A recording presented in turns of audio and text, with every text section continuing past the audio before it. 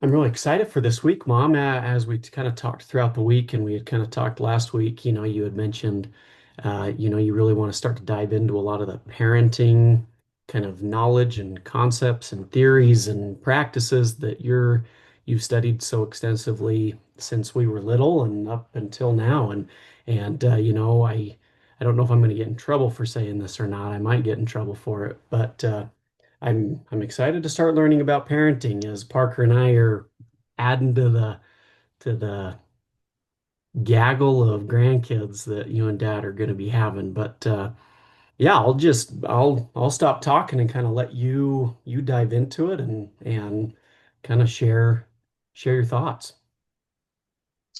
Well, as I kind of thought about what we talked about last week, and I guess it's one of the problems with having a mind that, has a hard time not being overly creatively oriented. Because there becomes a lot of things I want to talk about instead of just um, a few things. And part of that is I in no way qualify myself as an expert or as Sure. someone that is well um, certified to talk about these things or anything like that. These are just all kind of my experience, educational moments where I started to wish and think that I had had better access to this information as I got married and had children of my own. And I remember early on when Christian was little and just I was reading and reading and reading. And I had moments where I thought, okay, I think I understand not supposed to do this and I am supposed to do that and I should do that and I try that. And there was just so much information that how do you at the end of the day then put it into practice with these teeny humans that you and so I had a professor at BYU, Lynn Scoresby was his name, and I remember him saying once in a child development class that he was like, so for parenting strategy, and he kind of was going on, and the thing that stuck out to me is he said, spanking is not a parenting strategy. And I remember thinking, well, then what do you do? Yeah. Because that was kind of what I had grown up with, and my parents had probably grown up with, etc. And so in a different class, he said, you got to really think about the way you think about things. It's metacognitive thinking. And so in my life, it's kind of at that point, at probably 19, 20, I started really paying attention to the world that I lived in. And so one of the things that I try not to be highly critical about, but unfortunately I am, is just the way people parent and the way they interact with their children. And it's often I found because I I know that there are better ways. And I've thought many, many many times about how our heavenly parents kind of parent us. And so I've tried to orient myself according to, as far as the best that I know, how to parent in a way that either they do or it might work, um, that I see through scriptures and people who have come before myself. So one of the things I think today that's really difficult is there's just a lot of confusion about like what a boundary is. You should set a boundary. And it's like, what is a boundary? Um, and they're just it creates a lot of inconsistency because a boundary really is something that you hold for yourself. And so let's say you're in a conversation with someone and they start talking to you in a way that you're uncomfortable with, you can say, I'm unwilling to speak with you unless we can find a different way to communicate. But the way you're speaking to me, I'm not comfortable with and I won't tolerate that. And so as the person who says that there's a boundary, I hold the boundary. You can't tell, well, other people don't respect my boundaries. Well, who cares about your boundaries? You care Right. about your boundaries. And Right. so when we talk about boundaries, when we talk about parenting, a child is told curfew, is midnight, unless there's a good reason to stay out. And if you text me before or call before or we agree before, you could potentially stay out later. But otherwise, if there's no big reason to not, you need to be home by midnight. Well, then they walk in and they go, well, I didn't know that. Well, no, that's the boundary. Boundary is midnight. And unless we talk about it, that is the boundary. That's the rule. That's the line. That's how we hold it. And so boundaries, you know, in families are often hot topics. It leads to a lot of inconsistent leadership.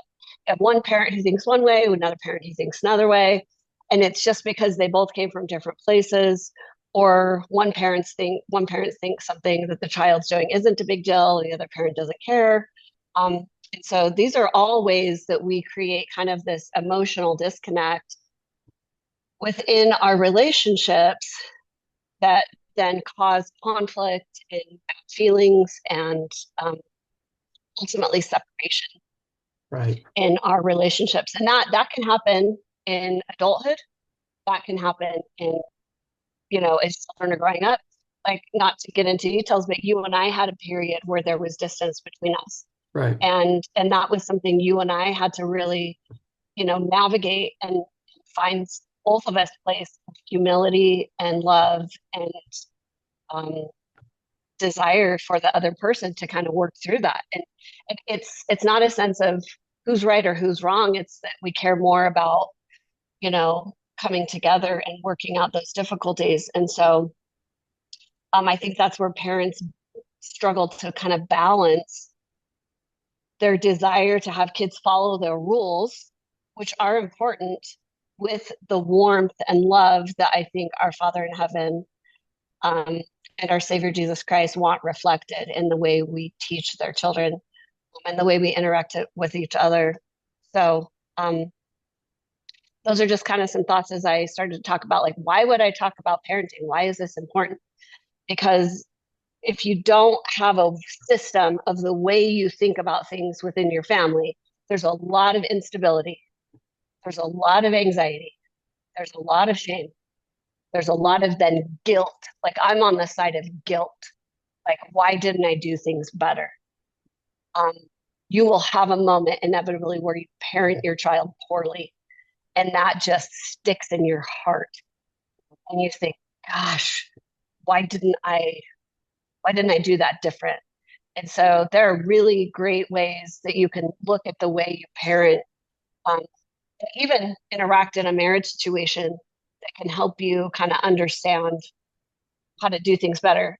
So if you don't have anything else to say, I'll move on from that. Did you have No, anything? I Okay. think I to kind of your point in the beginning, I think we're going to touch on a lot of different things as you kind of go through an overview of a lot of the different areas of focus and I think we'll just have to make time maybe later on for us to come back and go through it. Like boundaries is definitely one that we need to take probably a lot more time on as it's multifaceted, right? I mean, in terms of boundaries, you have to have boundaries with your spouse from what you're kind of saying, but also boundaries with your kids, but then also probably boundaries with yourself, and all of those things are kind of segregated from one another. And so I think I'm just gonna kind of take some notes and I'm sure we'll kind of come back to a lot of these things. So yeah, if you want to just kind of keep rolling with whatever you've got, let's do it. Okay. And I would say one of the big issues with children, in the book I'm going to eventually get to someday, right? The Parenting Breakthrough by Marilee Boyack, is she made a really great recommendation where she said, have the least amount of rules possible. And I think that's true, right? Like, so we try to make really everything succinct and small. When you guys were little, I felt like I kind of got an easy way out because I was able to be, we follow the prophet. And Yeah, so anything that was in strength for the youth, things like that, we didn't date till we were 16, you know, things like that. I kind of got the easy way out. Where now the church isn't necessarily coming up with a lot of those kinds of things. They're telling parents to decide for themselves. And I agree with that. I think parents are the ones that need to be taking the reins, so to speak, of their right. families. And the church is not the governing body of the family. You are the governing body of your family. And so as we do that, some of the things that I think have been very helpful to make parenting make sense is within the realm of marriage and family studies, there's a thing called a theory. And a theory in family study is a way of understanding how families work. And so it's like a map, it's a lens, it's a web, and it kind of shows how everything is interconnected, um, and how everything affects everyone else, even when you think it doesn't. Everything affects um, the other people in the family system. Yeah. And so there are questions that we ask, like, why does that family do what they do? And you could sit and look at your own family, right, that you came from and go, well, why does my family do what they do? What are their patterns like? What is their type of conflict? What are their communication patterns? How close are they? How distant are they? What are the things that get passed transgenerationally in a family? And that those are usually big indicators, like faith, religion is a big thing that gets passed. Certain characteristics like respect is something that you would say is big in our family. Closeness is big in our family, right? And so you and your wife sit down and you say, what are the things that we each bring from the family that we came from? We call that family of origin. And what are those things that we want to transmit for the future? And why? Why are they important? So within family systems theory, it's actually a theory. It looks at who takes what role. And it's usually based on a traditional man and wife, the father being more of the provider, the woman being more of the nurturer. And then you look at roles within that. You look at how boundaries are, like, who's in charge? Well, not the kids. In that family system, the kids are not in charge. Right. How are their communication patterns? How do they flow? Well, it's usually a top down kind of thing. The parents are, you know, together, and then um, the children function kind of in that. Other family systems will have a much broader family system. Like there are some cultures where the grandparents are the patriarch and matriarch in a family system. Um, or you'll have like step families, and that kind of gets tricky, right? And so it's really cool to take different lenses, so to speak, put on glasses and look at a family through a different set of glasses. It's kind of like if you go to an amusement park and they have those places where you look at everything's green, then you put it on everything's red or everything's yellow. And that's kind of how we can look at families Right. based on assumptions that we mean, or yeah, assumptions that we make. And so within that, within each theory, there are patterns that we're looking for. And we're looking for when they show up, why they work, and why they don't work. So, I didn't get that. Sorry. Could you try again? Sorry, my phone just went off. Okay. So, um, in a family systems theory lens, look at the whole picture. And I think that's kind of how, when we think of the God that we know, that's how we look at him. And it's not just all these individuals. As the individual, they matter because of what their impact has on the whole. And so no one is really more important than another person. And that's really important because the world that we live in is really focused on the individual. And that's okay, but that's not what's best for a whole family system usually. The only times that that really makes sense is when you have like a sick child or a parent who's sick, right? You've got someone who has cancer or something, and then you see a whole system orient itself to that. And even then, there are consequences to that, Sure. because then that child might die or the parent dies, things like that. And so, again, that's why it becomes interesting.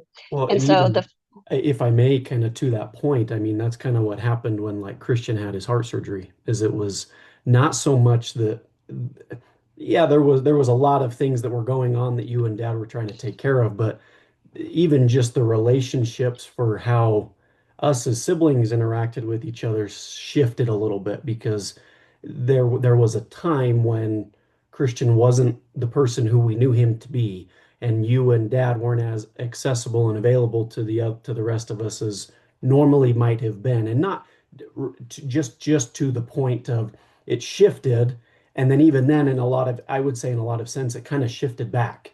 Like things kind of went back to how they were, but for that period of time it wasn't exactly what we were all used to based on the circumstance.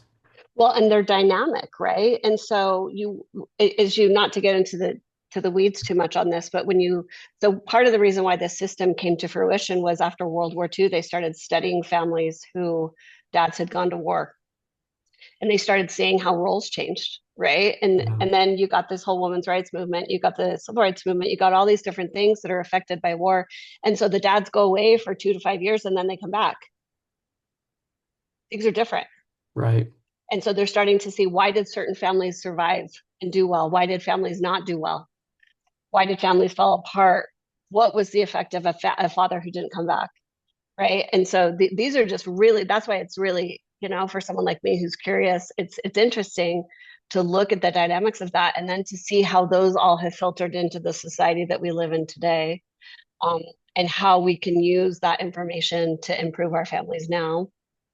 Because if you can understand your family as one emotional kind of web, even now that my children have left, right, and are creating their own emotional webs, we're still affected by each Sure. other.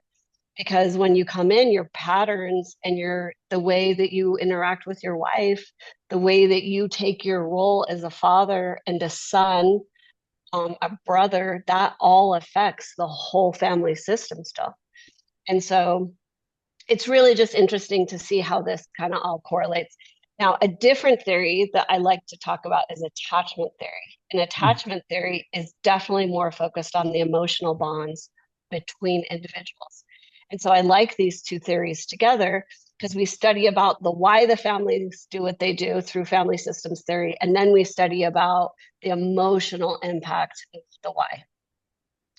And so attachment theory starts right when, well, married people are attached either Sure. securely, avoidantly, anxiously, or disorganized, right? And then each parent is attached to a child a certain way, and then children are attached a certain way. And so that's why you'll get a family where they say, we had the same parents, we don't understand why this child did this thing.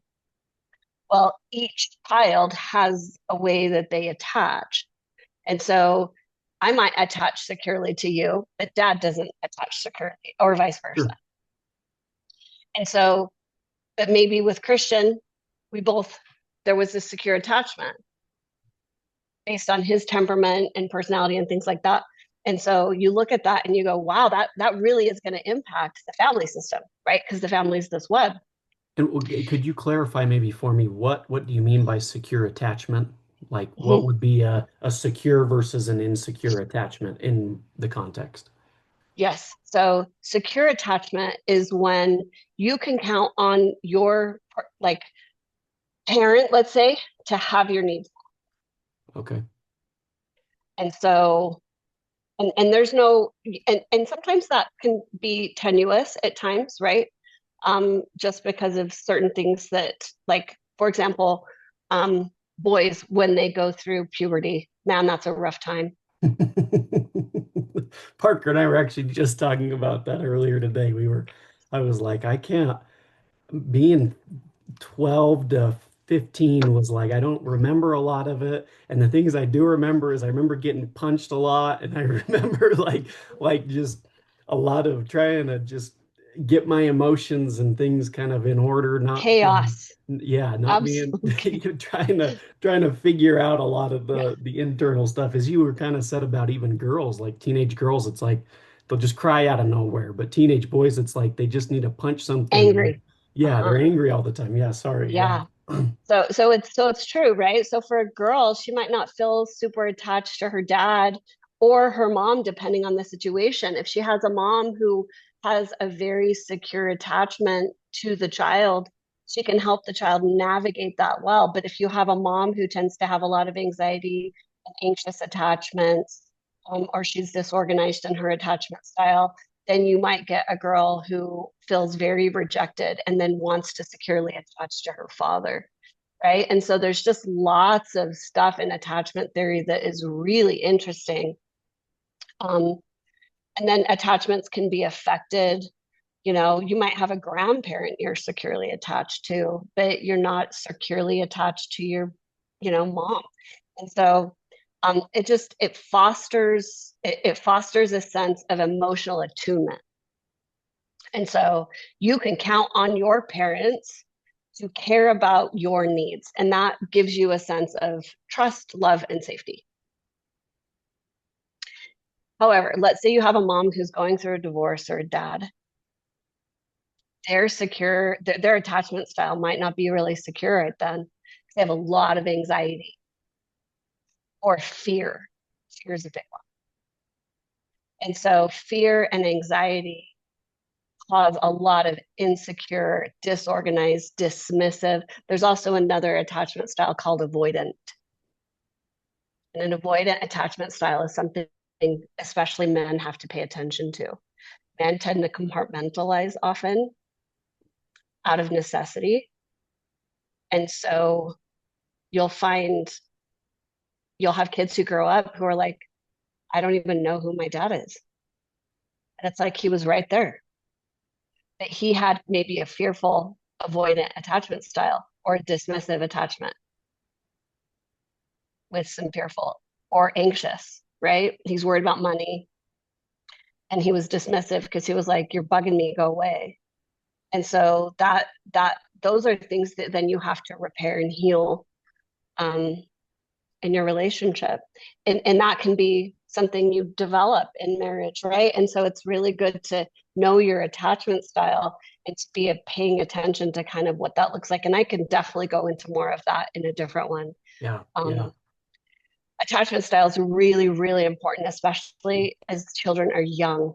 You want them to feel secure. You want them to feel secure. Like I saw this cute little girl in the store the other day. She's like one. Hmm. And I kept walking by. We were just kind of like crossing in the aisles, right? Like they would go one way and I'd go the Right. other. And so I kept passing her and she was like, hi. And I was like, hi. I was like, yeah, she's just super outgoing. And I knew that that little girl had a really secure attachment style. She was not worried about anything. She felt like her mom had everything under control. She felt the ability to really be who she was. Her mom wasn't like, stop talking to people or stop being annoying or didn't put a phone in front of her face, right? Like, was really giving her this opportunity to kind of explore the world that she was in. And that is really cool to see that. Um, and how what a great amount of feedback that little girl's getting from the world that she lives in is that she's just delightful. And when she does A, she gets B, and that equals C. And that's so cool. So I love seeing those kind of little kids that have really secure attachment styles, even really young. Parents make them feel very safe. And it's okay, to say things like, okay, that's not safe, or don't, hop out of the way, or things like that. But you just want to be careful not to stifle. And that kind of takes me down a little bit because I know we're kind of getting through some of this, but um, some of the parenting principles that I wanted to kind of focus on were like moral clarity. So parents, you have to distinguish right from wrong. And that kind of goes back to like even that example. Like, is it okay for that little girl to do that in the store? Yeah, that's not a moral conviction. But when you start talking about as they get older, right? Like they lie to you, kids lie to you. And man, that is aggravating. They'll hit each other, they'll steal things, they'll do naughty little things like, they take all the cookies out of the box and leave one. And you're like, where'd all the cookies go? And then you find out maybe it was your husband. Confess, you know. But you have to be really calm and not shame them and not get overly emotional. And you teach and you teach and you teach. And so you teach what the moral part of that is. Hey, if you have all the cookies, not everyone gets some. And that's okay. But then take accountability, right? You say, hey, mom, I finished all the cookies. And I say, okay, well, remember how we talked about we're going to have those until after dinner? So we're going to try again next time. right? So there's moral clarity all the time and opportunities as you go through parenting with your kids. And then the other part of that is, very much unity between the parents. The parents have to agree on kind of what you want to emphasize for the kids. Like you might have something that you're like, I don't care if the kids eat snacks before dinner. And she's like, well, I do. Okay. Well, then now the kids are confused. And that's divisive. Because then they're like, oh, well, we're going to ask dad for snacks. Because he's going to say, yeah. And then you and your wife have all these constant, little battles going on. And then obviously, one of a couple of things I touched on were like parents have to model that kind of self-control and accountability. Like if there's a conflict, you have to come to your wife and be like, hey, I realize there's a problem. You and I aren't aligned on here. So you and I need to figure this out. And don't just be like, oh, well, it doesn't matter. If mom says you can't have cookies, then you can't have cookies. You just go, no, okay, obviously this is creating some conflict. We're going to sit down, we're going to figure this out. And I'm purposefully using really small examples, Right. right? Like small examples are a great place to start because the big examples get difficult. Like, can I sleep over at a friend's house? That's a big that might be something you really disagree on. Or is it okay for them to take money out of your wallet? And Right. you might be fine with that. And your wife's like, I'm not fine with that. I don't want him to take my, right? So these are just, so I'm using small. So they just get in the pantry and can eat whenever they want. That's a small issue. It eventually has bigger repercussions later on because you're not unified on, on how you see things going.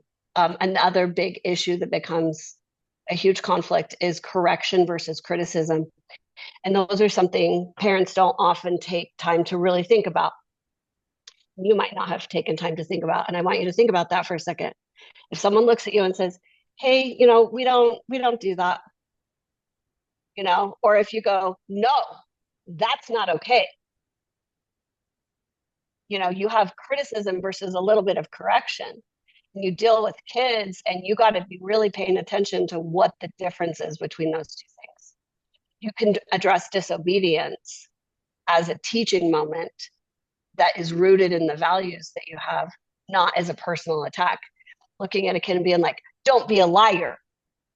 Well, that kind of erodes their self-esteem, Right. their sense of self, right? Or being like, oh, I'm not sure what's happening right now. Maybe you're telling the truth, maybe you're not, but I'm just, I want you to be clear. You always tell the truth about these kind of things. These things matter.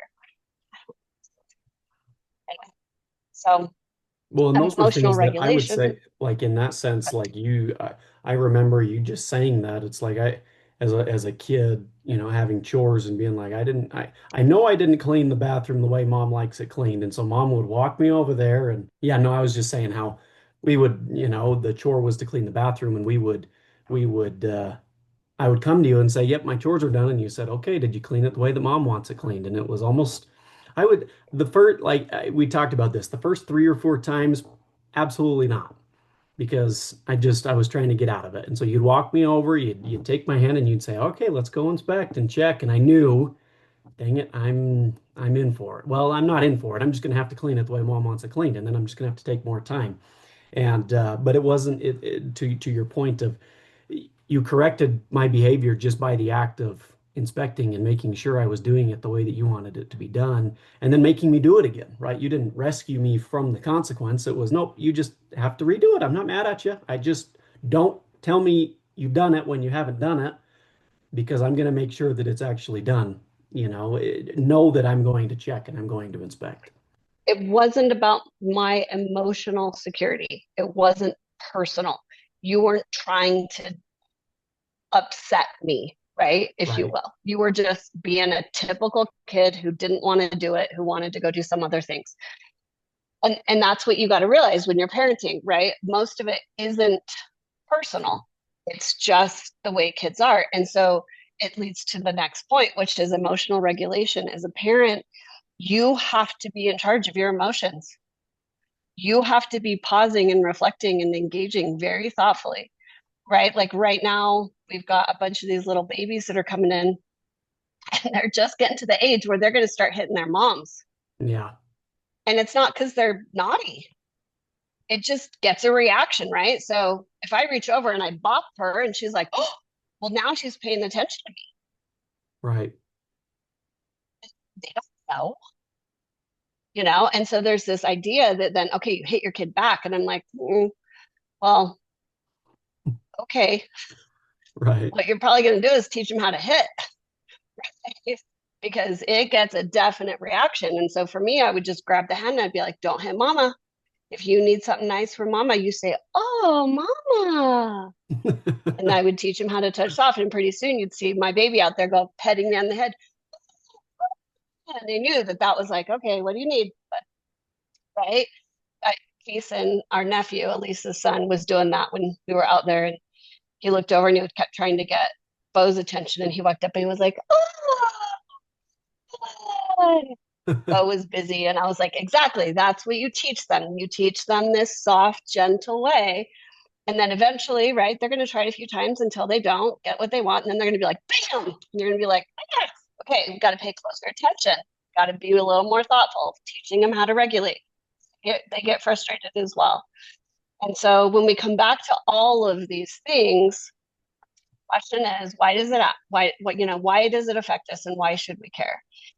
It's because ultimately in your family, if the people in it lack unity and emotional safety, and the children have to learn to protect themselves rather than trust their parents, you're going to have a lot of problems because they're going to find ways to get their needs met.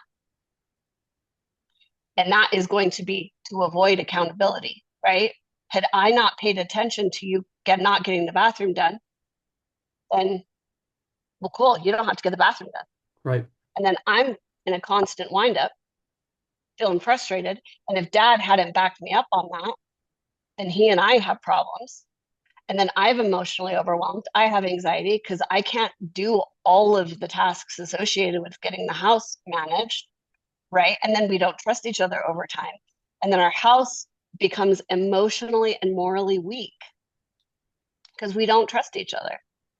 And so that's why this kind of thing, understanding attachment, looking at your family through the lens of who's going to do what and why does that matter and how is that important.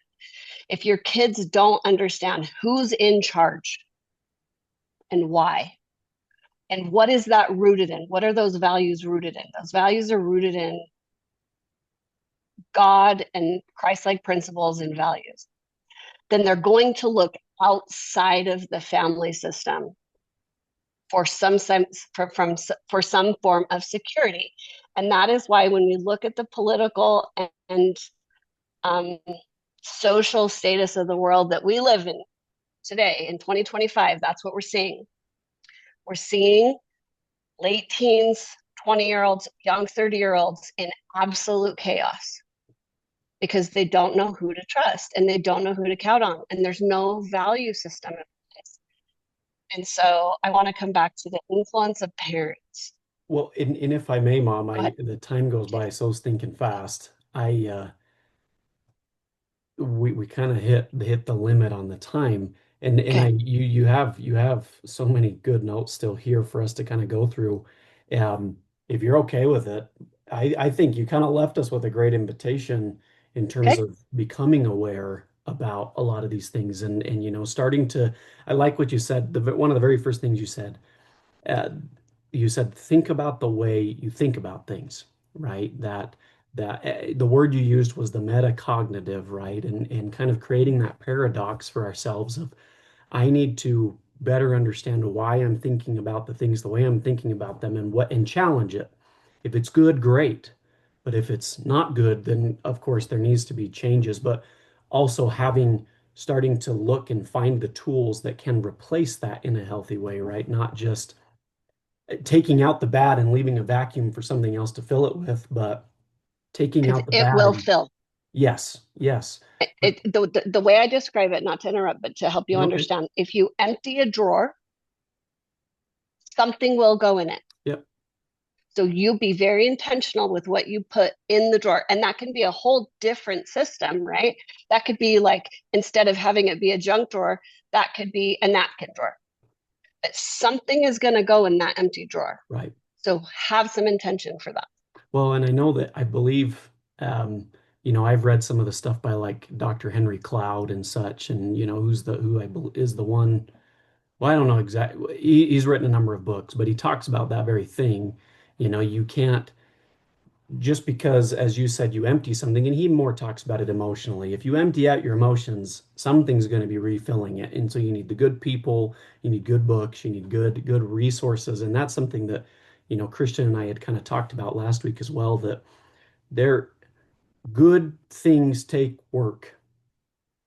Everything that's worthwhile and good is not easy. It's not it sometimes it can be simple, sometimes it can be very very basic, very simple practices that all we have to do is start implementing that can Like a result in chore chart. You absolutely have a chore chart, right? Simple, right. basic, but Getting your kids to do the effortful. chore chart, that's going to take work, right? That's where the work kind of the rubber meets the road a little bit. And so if you're okay with it, I would love to maybe plan on revisiting some of these Okay. influence leadership, parenting kind of ideas that you've got. Okay. Is there anything you kind of want to leave us with and tee us up for the next time? What are kind of some Um, final thoughts? I don't think so. I mean, last time I talked about influence, I obviously didn't quite get to it this time. But I guess my final thought is, and the reason why this matters so much is for the world that we live in. But parents, when you talk about parenting, you all often don't think about the parents being the emotional leaders of the home, and that the parent having good emotional intelligence is kind of the buzzword we use. It really is kind of that, right? Like they first set the tone. And so if you come in and you have a child who's being disobedient and you are angry,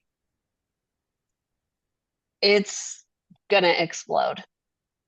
So as the emotional leaders of the home, I'm hoping that what people can take away from some of this, besides looking at families through different lenses, is that your intentions in your heart based on what the emotions are that are going on. And dad says this a lot. He'll be like, well, everything's emotional. Well, because things are emotional, right? Things Yeah. do get emotional. You want to have the time to get in control of that. Yeah. So you don't come in and see your kid doing something and your intent is just to go over and spank them. Yeah. You stop and you get back in your framework and you take a minute if you need to, and maybe that kid goes to their room and you go to your room and you get back in charge, and then you come in ready to be the emotional leader of the home and help the child navigate through, because a lot of work we do is emotional work. It's not it can be logical, but it's often got an emotional to it Yeah. because we're people and they're kids. Yeah. Thanks, Mom. I think that's a great kind of closing thought. I look forward to diving into it more next Okay, week. I love sounds you. good.